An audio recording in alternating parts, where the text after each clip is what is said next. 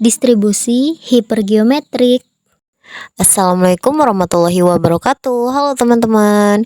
Video ini dibuat untuk memenuhi tugas mata kuliah Statistika Matematika yang diampu oleh Bapak Karsoni Bertadinata, Magister Pendidikan. Happy for watching. Distribusi hipergeometrik.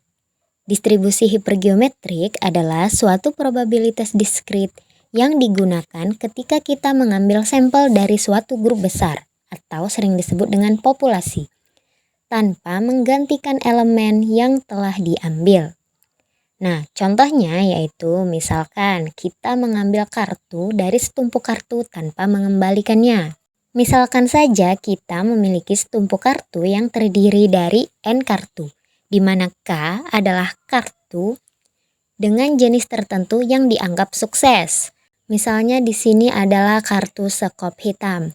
Nah, jika kita mengambil N kartu secara acak dari tumpukan tersebut, distribusi hipergeometrik memberikan probabilitas untuk mendapatkan K atau kartu sukses dalam sampel tersebut.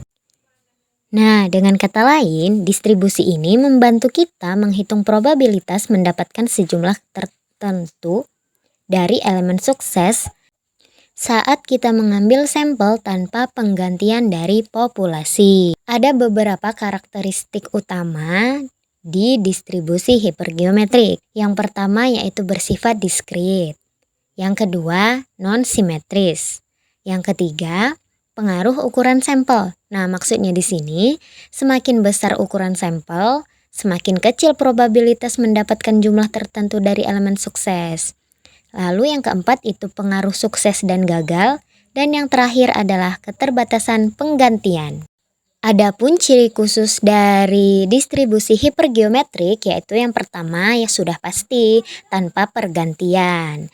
Nah, yang kedua itu ukuran populasinya terbatas. Yang ketiga, pengetahuan jumlah sukses dan gagal.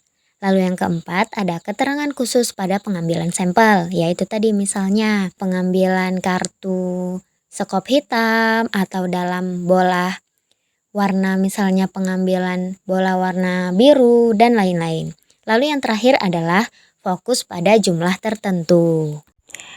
Nah, adapun rumus untuk mencari nilai distribusi hipergeometriknya adalah sebagai berikut, yaitu P, X sama dengan K, sama dengan S kombinasi dengan K dikali dengan N besar dikurang S kombinasi N kecil dikurang K per N besar kombinasi dengan N kecil. Nah, bisa kita jabarkan dengan sifat kombinasi, yaitu S faktorial per K faktorial dikali S dikurangi K faktorial. Begitupun juga dengan sebelahnya dan hingga ke N. Nah, adapun penjelasannya itu dengan N besar itu kita artikan dengan jumlah populasi, lalu N itu jumlah sampel, setelah itu S itu adalah jumlah sukses dan K adalah jumlah sukses pada sampel. Nah, sekarang kita masuk ke contoh kasusnya atau contoh soalnya, yaitu di sini ada yang pertama, dalam sebuah tim basket terdapat 12 pemain. 8 diantaranya ahli dalam tembakan 3 poin.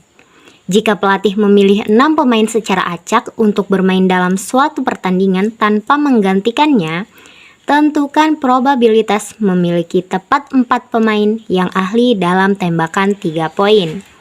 Nah, cara pertama kita harus menyimpulkan poin-poin tertentunya terlebih dahulu, yaitu di sini.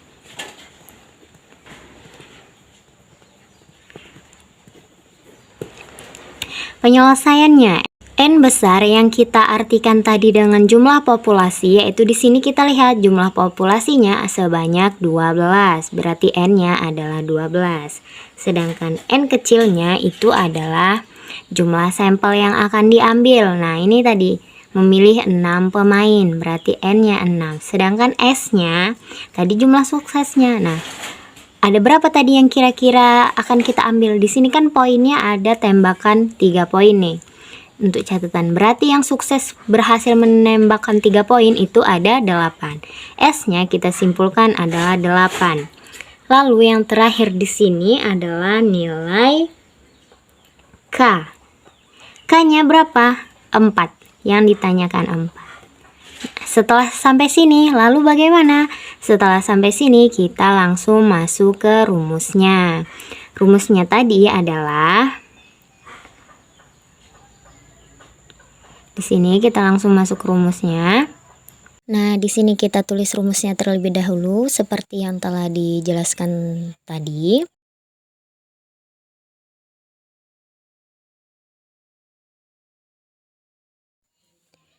Nah, setelah itu kita jabarkan lagi rumus kombinasinya.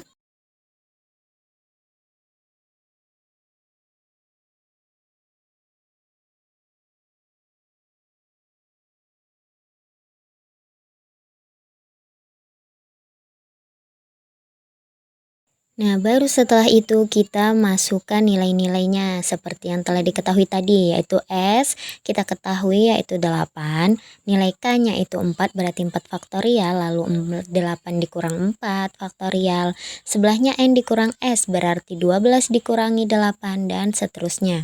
Kita masukkan sesuai dengan apa yang telah kita ketahui. Nah, dibagi N besar berarti 12 faktorial per N kecil tadi adalah 6 faktorial dikali 12 dikurangi 6 faktorial. Setelah itu kita operasikan.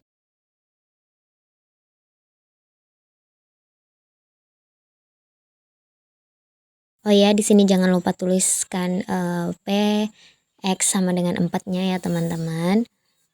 Nah, setelah itu kita jabarkan lagi seperti yang ada di video ini, agar lebih memudahkan untuk proses perhitungannya. Nah, di sini setelah sampai sini apa yang bisa kita coret-coret berarti 4 faktorial dicoret. Nah, seperti 2 faktorial habis.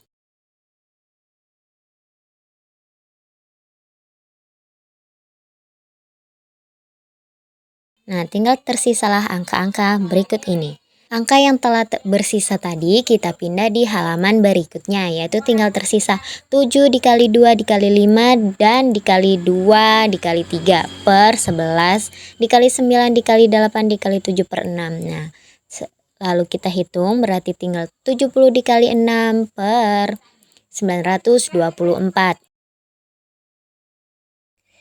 Lalu di bawahnya 70 dikali 6 itu adalah 420 per 924. Nah, setelah itu kita dapatkan hasilnya 0,4545. Sampai sini selesai. Nah, sebagai bahan evaluasi, teman-teman bisa mengerjakan soal yang ada di slide berikut ini. Baik, sekian untuk penjelasan kita pada materi di pagi hari ini. Terima kasih yang telah menonton dan semoga video ini dapat bermanfaat bagi kita semua, khususnya bagi teman-teman yang sedang mencari tambahan referensi untuk memahami lebih lanjut tentang apa itu distribusi hipergeometrik. Akhir kata, wassalamualaikum warahmatullahi wabarakatuh. Thanks for watching.